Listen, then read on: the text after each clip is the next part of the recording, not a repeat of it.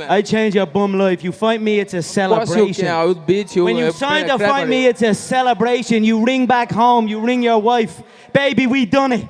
We're rich, baby. Conor McGregor made us rich. Break out the red panties. Are you ready? That goes in the files. Are you ready? Let's get it all! Yo, welcome back to the fifth round. As always, your boy Stephen Moustaris. And guys, we just got to get real quick. UFC 287 was phenomenal. I had a great time watching it. Miami, first card in 20 years. You know, clearly, I think they went on and beat the record. I think they just beat the MSG gate and everything to break the record for the UFC. You know, all around, it was a phenomenal card. But, you know, the one thing I just want to instantly get into is this whole, Israel Adesanya and Alex Pereira thing. Like, I'll start off with Alex, I guess, do this whole thing. But, I'm just really confused here right now. Like, if we're being completely honest with ourselves, guys, like, this guy wouldn't even be in the top of the division right now in any division. Who knows if he would even be in the UFC if it wasn't for Israel Adesanya.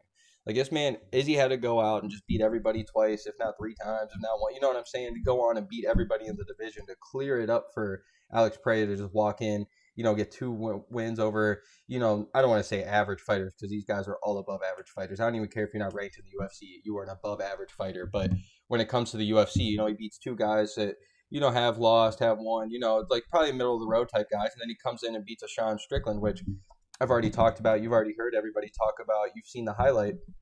And then, of course, he goes in and beats Izzy. But, this last fight really just frustrated me a little bit. Not the actual fight. The fight was beautiful. Like, especially me. I'm a Muay Thai guy. I love Muay Thai. I love kickboxing. It's my art. It's my martial art that I love to train.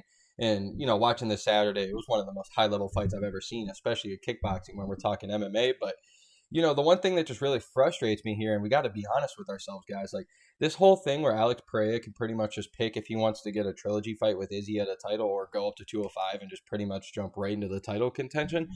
That's the shit to me that's kind of upsetting. Like, don't get me wrong, dude's 3-1 against Izzy. I could see where the trilogy could come in. Like I said before, Izzy's already beat everybody.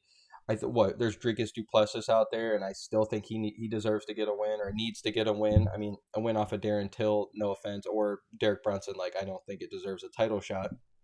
But, it is luckily for him, and luckily, like we just saw with Alex Pereira, the division's so open, like, we're going to have to get somebody in there. And if Izzy's already talking shit to Dricus, like, it's probably going to happen. So, it sounds like Pereira is about to move up to 205. And guys, don't get me wrong, I'm a huge Alex Pereira fan. Like I said, I love kickboxing, I love Muay Thai, so I love my stand-up fighters.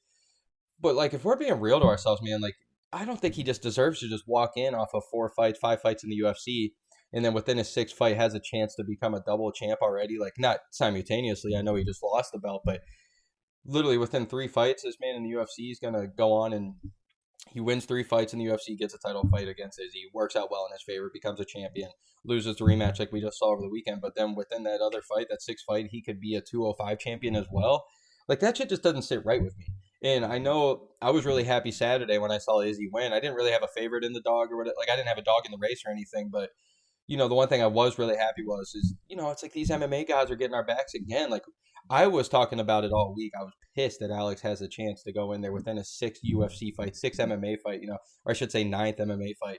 He could go in there and become a double champion of the UFC. If he were to beat Izzy, he gets to instantly pick, whoever he wants to fight at 205. And the matchups kind of work out well for him. Don't get me wrong. I think guys like Yuri and Jamal Hill and, even guys like Nikita Krylov and stuff, like, I think those guys have the stand-up and shit and the, like, awkwardness that can make a really good fight with Alex. And no offense to Izzy, but if we saw Izzy put him out, and Izzy's a knockout artist, I get it, but like, his hands doesn't really have the power like a Jan or a Yuri or a Jamal Hill or even like a Nikita Krylov. Like I'm saying, like those guys, I think could really put him to sleep. But it's like, man, how many? Like look at Magomed Ankalaev for instance. This dude's on a 10-fight unbeaten streak currently, a 9-fight winning streak. He just came off the draw with Jan Blachowicz in a title fight. Like, I know it was a really boring fight. I know we're not quick to just throw him in there, but this dude's been doing this for years and years and years. And you're telling me he's just going to get overlooked? A guy like Jan Blachowicz, who, yeah, we know he got submitted by Glover Teixeira, but Glover's not even in it anymore. And, Jan was looking pretty good in the Magomed fight as well. They both had their moments. And, yeah, it was a draw, but, like, they're just kind of getting shoved to the back of the line all of a sudden. He's done everything he's ever had to do. He beat Izzy. And then I know Glover's gone, and that's like his main training partner, Alex Pereira's main training partner. But it's like you got Yuri now talking about how he doesn't even want a trilogy fight with Glover. He doesn't want a trilogy fight. He doesn't want to see the trilogy fight with Alex and Izzy, and he almost doesn't even want the Jamal Hill fight. He just wants to fight Alex. And it's just like, man, I'm getting just confused here. It's like, man, all these guys that we have that are, been proving themselves time in, time out, like, it's been in the UFC for all these years and stuff. Like, even a guy like Alexander Rakic, I should say.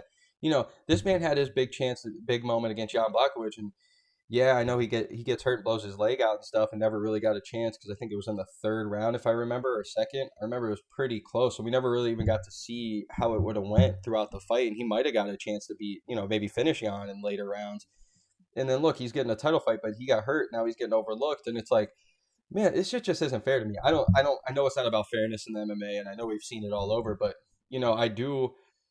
I do like to keep the credibility in MMA, and especially with the UFC, since they're becoming so mainstream. And I guess I'm starting to get worried now with this whole Endeavor buying WWE that we've already had moments before in the past where this is it's getting a little gimmicky. I don't want to say it like that. I don't think they're not scripting matches or anything like that, but it is getting annoying.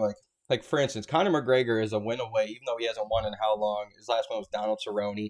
Guess what? Everybody's beat Donald Cerrone, and I love Donald. Donald deserves to be a Hall of Famer just for his career. I don't know about an all-time I'm the greatest fighter ever. Let's put you in the Hall of Fame, but no, just always signing in and always being a badass fighter. Yeah, he deserves a Hall of Fame in that reason. But if Conor goes out and beats Michael Chandler this year, he's probably going to get a title shot. Colby Covington beats Jorge Masvidal, who most people have been beating Masvidal recently, and he sits out forever. He gets a title shot. And it's starting to get gimmicky. It's starting to become who's got the name, who's got the numbers. And I get it, as a business, you need that. But, dude, it's just like, I would like to consider myself a diehard. I know if you call yourself a diehard fan, you're not a diehard fan, but I would like to consider myself one. And it's like, dude, I just like watching my guys. I had to watch Max Holloway. I had to watch Tony Ferguson. I had to watch all these guys. Rafael Dos Anjos. I had to watch all these guys. I can go on for days with these lists of guys who are on 10 fight unbeaten streaks, 12 fight unbeaten streaks. Bilal Muhammad's another one right now currently that's doing the thing. And it's like, these guys have been doing it year in, year out, going through it. Yeah, they might not have the best mic skills or anything, but these guys' game getting better and better over time. They continue to get better. They continue to grow. They continue to evolve. And these guys are just getting overlooked, and it's starting to take the legitimacy away from the sport for me. I love the sport. MMA is my favorite sport, and I should say more so the UFC is in the organization. They're starting to just get too big, and it's just like, man, we got to be realistic with ourselves, guys. Alex Pereira does not deserve a title shot yet at 205. This man needs to go up and at least beat somebody. Fight an Alexander Rakic. Fight a Jan Blachowicz. Fight a Nikita Krylov. You know what I'm saying? Ryan Spann even. He needs to prove himself before he can just jump in and get a Yuri or Jamal Hill fight. I don't know. I'm just getting frustrated with it, man, because it's like I've said, I've made videos before this week. I got the poster behind me. I've been talking about it all week. UFC 287. Fucking Alex Pereira owed everything to Israel Adesanya. I know Alex Pereira is 3-0 against him at the time before this last fight. He's done everything he's done. He's deserved to be in there, I guess, when it comes to the matchup against Izzy. But this dude wouldn't even be in the UFC if, say, Robert Whittaker would have beat Izzy and Robert Whittaker's still the champion. Chances are we probably weren't going to get Alex Pereira in there. So it's just tough, man. And then all of a sudden, this guy's going to be able to fight twice now for a title fight after just getting knocked out. And he doesn't even have to fight a grappler once, doesn't fight one wrestler at once. And it's like, dude, I would like to see him against a Magomed Ankalaev first. Even though Ankalaev's got to stand up as well, the dude's fucking vicious on the ground. And, I just would like to see him a little more battle-tested. Even Izzy, shouts out to Izzy. That guy had to go through, 4 or 5, 6 fights to get to a title shot, and he was putting everybody to sleep. So, I don't know. I'm just a little shocked with it, man. I don't know. I just would like to see ourselves become a little more legitimate when we got guys, like I've said, I'm talking like I'm blue in the face. We've had guys for 7, 8, 9 plus years now, fucking winning nonstop, not losing, and they don't even get title shots. So, I don't know. I would just like to see some consistency, and no matter what the weight class is, and this whole backup fighter thing is getting scary too. Now all of a sudden we just shooting to be backup fighters just to become make sure we get the next opportunity locked in. So I don't know, guys. I'm pretty confused about it. I'm pretty upset. Shouts out to Alex Pereira. The dude is a dog. Don't get me wrong. He's probably the top 3 kickboxer in the UFC, if not number 2, number 1 with Izzy clearly, but I don't know, man. It's just, I get it. It's cool. He knocked out Izzy. He beat one of the longer running, champions that we've had. But It's like, dude, this guy doesn't deserve to just go back in there. And I think he's more deserving of a trilogy fight with Izzy, to be honest, just because he's 3-1. Like, if I was the guy who was up 3-0 against a dude and then I got knocked out in the fourth fight, I'd be like, okay, finally you got my number. Like, we always talk about in MMA, like, if these guys fight 10 out of 10 times, all 10 times are going to be different outcomes. And look, it took him 4 times to become, you know what I'm saying? And 3 out of 3, he was pretty much the same. And then that fourth one, he was looking good and gets caught. So, yeah, I mean, I could see where that comes in, especially because the division's locked out. But, man, you're telling me he just deserves to go jump over 4 or 5 guys in 205? Like, come on, get the fuck out of here. So, sorry for getting all emotional and whatnot. I just take the sport very serious. It's my favorite sport, especially when it comes to UFC, the organization. It's like our NBA, it's our NFL, it's our mainstream thing. So it's like, I just want to see that's the that's the goal. That's the main achievement already. That's what we got to compare. That's our main grounds right there. So it's like if we got guys in the UFC getting jumped over who have been putting the fucking work in, like I've said already, a Tony Ferguson, a Habib, fucking Bilal Muhammad, a Max Holloway, all these guys that have done it.